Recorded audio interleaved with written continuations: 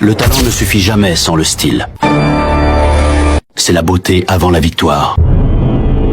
Il y a 3 écoles, 3 façons de dompter un ballon. Au Brésil, on ne joue pas au foot, on le chante. Chaque geste est une phrase, chaque contrôle une note de musique. Sur les plages de Rio, des enfants apprennent à dribbler avant même de savoir courir droit. Le joga bonito, c'est la beauté avant la victoire, le style avant le résultat. Et au sommet de cet art, une technique que peu ont eu le droit de voir jusqu'au bout.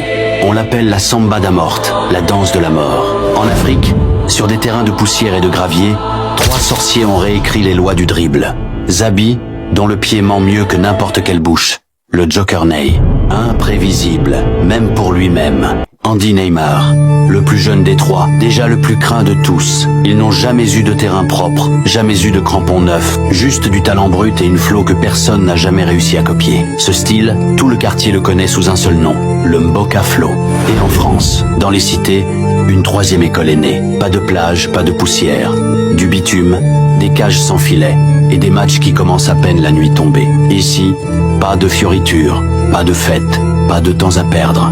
Juste de la vitesse, du culot et zéro pitié pour l'adversaire. On ne demande pas la permission de passer, on prend l'espace avant que l'autre comprenne ce qui vient de se passer. Cette école a un nom que tout le monde redoute déjà. Le Chex-Play. 3 écoles, 3 légendes. Mais une seule question reste sans réponse. Qui possède le vrai flow? Chaque école a sa légende, son secret, sa technique interdite. À la fin, les 3 styles se rencontrent.